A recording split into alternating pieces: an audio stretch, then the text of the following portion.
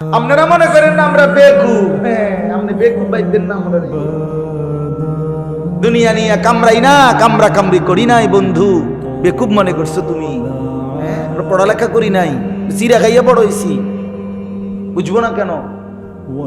আর 10 জন যদি ভাত মাছ খাইয়া বড় হয়, তো আমরা কি ওটা বন্ডুটি খাইয়া বড় হইছি নাকি? তো বুঝতাম না কেন তুমি?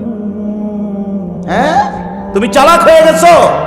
সারাদিন সারা রাত নর্তকীর ছবি, উলঙ্গ নাচ দেখা তুমি যুবক চালাক আর আমি বোকা। আমি আজকের সারাদিনে 5 ওয়াক্ত নামাজ জামাতের সাথে পড়ছি। আমি বেকুব না? তুমি চালাক। তুমি মানুষের বাড়ি দেখা চালাক, তুমি নর্তকী দেখা চালাক, তুমি উলঙ্গ ছবি দেখা চালাক। এই ফালতু চুলের মডেল, এটা বুঝি বুদ্ধিমান? এটা বুঝি বুদ্ধিমান? কার থেকে নিছ? কার থেকে? কোনদিন জিজ্ঞাসা করছো নি সেলুনওয়ালা রে যে ভাই এটা কার চুল?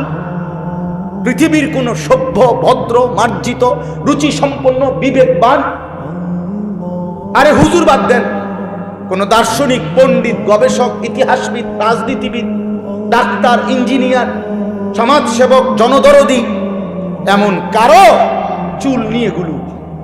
কিছু মাতাল, তার সিরা পাগলের চুল ছাড়া আর কারো চুল নাই এগুলা বেটা।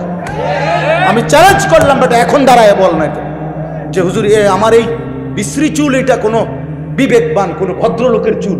দাঁড়াও, এখন বল।